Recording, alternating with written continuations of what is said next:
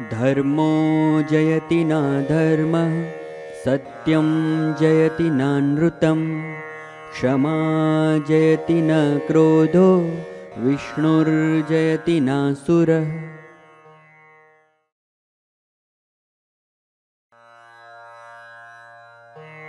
मुखं पद्मदलाकारं वचश्चन्दनशीतलं हृदयं वह्नि सन्तप्तं त्रिविधं दुष्टलक्षणम्।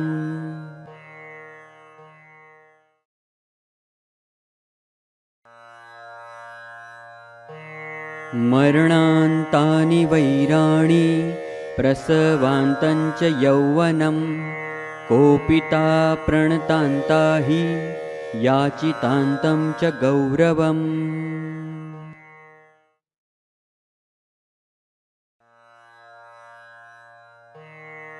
धैर्यस्य पिता क्षमा च जननी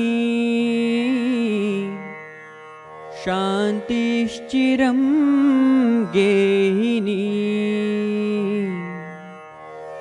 सत्यं सूनुरयन्दया च भगिनी भ्राता मनः संयमः। शय्या भूमितलं दिशोऽपि वसनम् ज्ञानामृतं भोजनम्। एते यस्य कुटुम्बिनः वद सखे कस्माद् भयं योगिनः।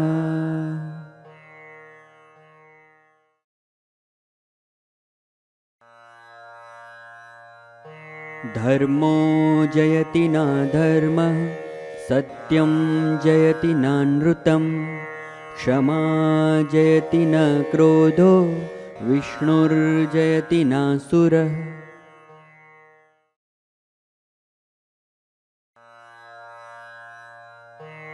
मुखं पद्मदलाकारं वचश्चन्दनशीतलं हृदयं वह्नि सन्तप्तं त्रिविधं दुष्टलक्षणम्।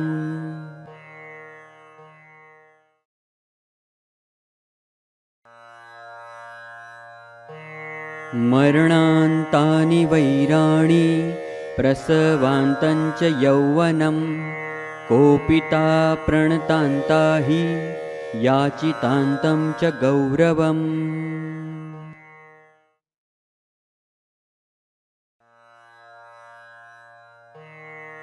धैर्यस्य पिता क्षमा च जननी शान्तिश्चिरं गेहिनी। सत्यं सूनुरयन्दया च भगिनी भ्राता मनः संयमः। शय्या भूमितलं दिशोऽपि वसनम् ज्ञानामृतं भोजनम्। एते यस्य कुटुम्बिनः वद सखे कस्माद् भयं योगिनः।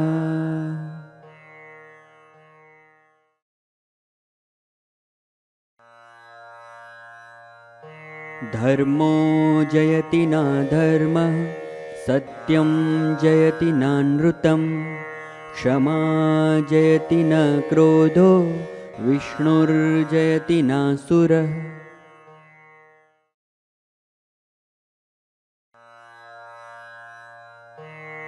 मुखं पद्मदलाकारं वचश्चन्दनशीतलं हृदयं वह्नि सन्तप्तं त्रिविधं दुष्टलक्षणम्।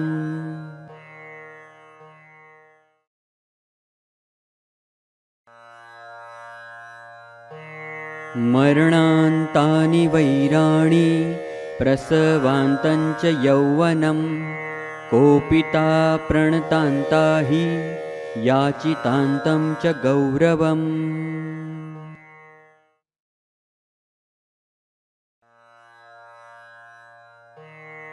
धैर्यस्य पिता क्षमा च जननी शान्तिश्चिरं गेहिनी। सत्यं सूनुरयन्दया च भगिनी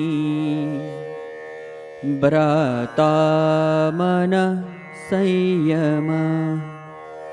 शय्या भूमितलं दिशोऽपि वसनं ज्ञानामृतं भोजनम्। एते यस्य कुटुम्बिनः वद सखे कस्मात् भयं योगिनः।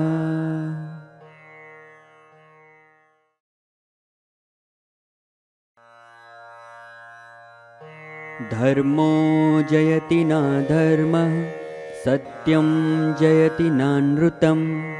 क्षमा जयति न क्रोधो विष्णुर्जयति नासुरः।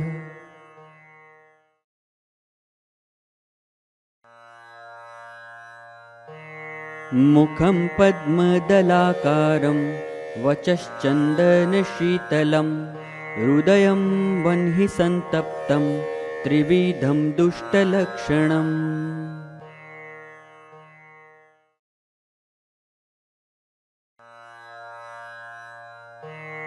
मरणान्तानि वैराणि प्रसवान्तं च यौवनं। कोपिता प्रणतान्ता हि याचितान्तं च गौरवम्।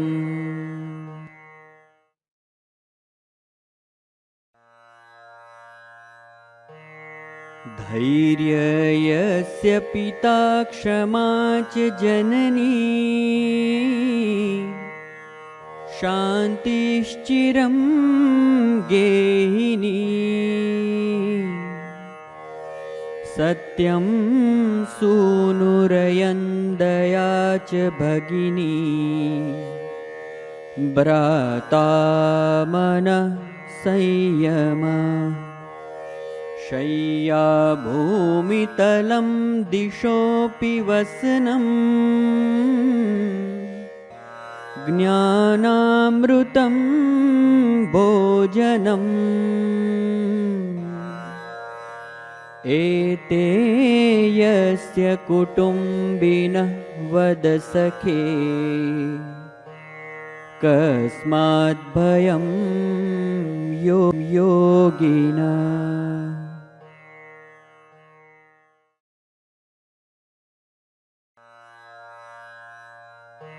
धर्मो जयति नाधर्मः सत्यं जयति नानृतं।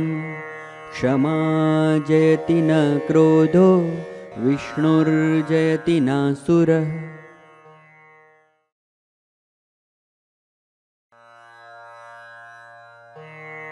मुखं पद्मदलाकारं वचश्चन्दनशीतलं हृदयं वह्नि सन्तप्तं त्रिविधं दुष्टलक्षणम्।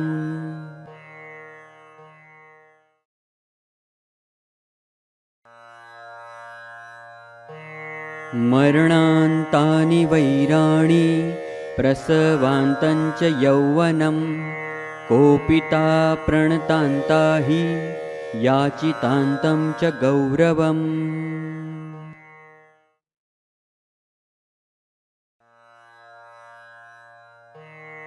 धैर्यस्य पिता क्षमा च जननी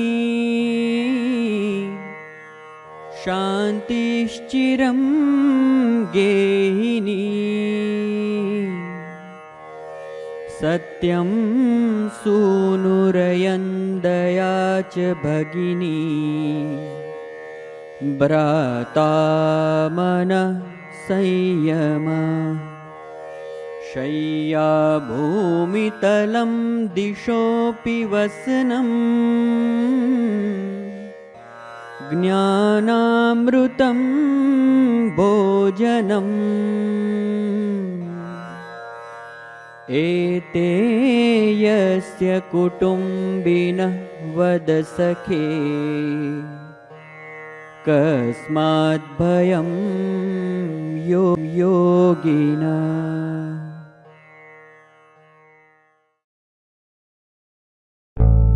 गुड, आपके सारे रिपोर्ट्स नॉर्मल है। अब आप बेबी प्लान कर सकते हैं। कुछ और है जो आप सजेस्ट करना चाहोगे? जो हम प्रेगनेंसी के दौरान फॉलो कर सके? गर्भ संस्कार फॉलो कीजिए। हाँ, एक दिन की पूजा होती है ना कुछ। पर आप डॉक्टर होके इन सब में विश्वास करते हैं? नहीं, मैं सिर्फ एक दिन की पूजा या यज्ञ के बारे में बात नहीं कर रही हूँ। ये बेबी प्लानिंग से लेकर डिलीवरी तक की प्रोसेस है। और हाँ, मैं डेफिनेटली गर्भ संस्कार में मानती हूँ। एक मिनट, समझाती हूँ। देखिए, बच्चे के 80% दिमाग का विकास माँ के गर्भ में होता है। इस समय में वो सारी चीजें सुनता है, महसूस करता है और याद रखता है। अगर इस समय के दौरान कुछ खास एक्टिविटीज की जाए तो उसका सीधा असर बच्चे के IQ, EQ, PQ और SQ पर होगा। पर ये महंगा होगा? बिल्कुल नहीं। एक सोनोग्राफी रिपोर्ट के खर्च से भी कम पैसे में 9 महीने का कोर्स। कौन सा कोर्स बताया आपने? गर्भ संस्कार गुरु एप्लीकेशन का कोर्स। गर्भ संस्कार गुरु, सालों से चल रही हमारी परंपरा और वैदिक विज्ञान का आधुनिक रूपांतरण।